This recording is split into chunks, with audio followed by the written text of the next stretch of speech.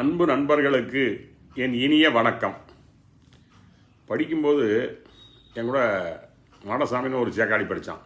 அவன் படிப்பெல்லாம் ஒன்றும் பெரிய இது கிடையாது. அவன் என் கூட படித்தான். அவன் படிப்பை காலேஜே முடிக்கலை, எல்லாத்துலேயும் ஃபெயில் ஆனான். ஆனால் வெளியே வந்து பேரில் மட்டும் பிகாம் அப்படின்லாம் அவன் பேரெலாம் சேர்த்துக்கிட்டு போஸ்ட் அடிச்சிட்டான்.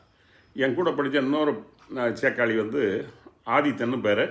அவள் எலெக்ஷனில் நல்ல வசதியான குடும்பம், எலெக்ஷன்லாம் நின்று அவள் ஜெயிச்சு எம்எல்ஏ ஆகிட்டாவா. அதை பார்த்தோம்னா நம்ம மாடசாமி பயிர்களுக்கும் அவன் மனசுக்குள்ளேயே ஒரு எண்ணம் இருந்திருக்கு, நம்மளும் ஒரு நாள் எம்எல்ஏ ஆகணும்னு. அவன் அந்த காலேஜ் படிக்கும்போதே அவன் நினச்சிருக்கான். அதனால அதுக்கு செலவு பண்ண பணம் வேணுமென்னு துட்டு சேர்க்க ஆரம்பித்தான்.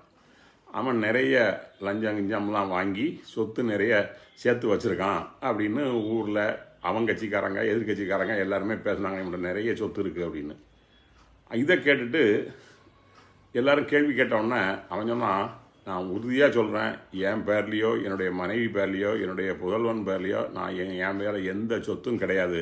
நீங்கள் அதை மட்டும் நிரூபிச்சிட்டேன்னா நான் நடு ரோட்டில் மண்ணெண்ணெயை ஊற்றி நான் செத்து போகிறேன் அப்படின்னு இவன் ஓப்பனாக எல்லாத்தையும் சொன்னான். பேப்பர்லாம் எல்லாம் வந்துச்சு. நான் இன்னொரு ஃப்ரெண்ட்டை கேட்டேன், என்னுடைய மாடசாமி இப்படி சொல்லுதான், அவன் நான் ஒன்றும் சொத்துலாம் ஒன்றும் வாங்கலை, என் பேரில் கிடையாது, ஒய்ஃப் பேரில் கிடையாதுன்னு சொல்லுதானே, மற்றவங்களாம் பட்டானா அவன் நிறைய சொத்து வாங்கியிருக்கான்னு சொல்லுதாங்களே அப்படின்னு நான் அந்த இன்னொரு சேக்கால்கிட்ட கேட்டேன்.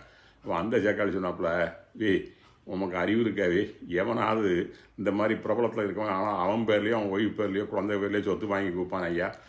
அவனுக்கு தெரிஞ்ச ஆட்கள் சொந்தக்காரங்க இந்த மாதிரி டம்மி ஆட்கள்கிட்ட அவங்களுக்கு தெரியாமலேயே அவங்க பேரில் சொத்து வாங்கி குமிச்சு வச்சுருக்கான். எப்போ தேவையோ அப்போ விற்றுருவான். இந்த யார் பேரில் பதிவு செய்யப்பட்டிருக்கோ அவங்களுக்கு தெரியாது என்ன சொத்து இருக்குது எவ்வளோ தெரியாது. இவன் கூப்பிட்டா 1000 ரூபாய் வாங்கிட்டு ரெஜிஸ்டர் ஆகி போவாங்க. அப்புறம் விற்கிறது கூப்பிட்டா இன்னொரு 1000 ரூபாய் வாங்கிட்டு ரெஜிஸ்டர் ஆகி போவாங்க. இப்படி விற்றுறாங்க. இப்படி தான் அவன் சொத்து நிறைய சேர்த்து வச்சுருக்கான். அதனால் அவன் துணிஞ்சு ஓங்கி அடிக்கான். நீர் அவன் சொல்லுவது நம்பாதீரம், பையன் நல்லா கொள்ளையடிச்சு நல்லா வச்சுருக்கான் அப்படின்னு சொன்னான். இப்படியா கதை போகுது அப்படின்னு நான் நினச்சிக்கிட்டு, சரி பார்ப்போம் அப்படின்னு எலெக்ஷனில் நின்று ஜெயிச்சு வரட்டும், எம்எல்ஏ ஆனால் நமக்கும் பெருமை தானே அப்படின்னு நான் என் மனசை தேத்திக்கிட்டேன். நன்றி, வணக்கம்.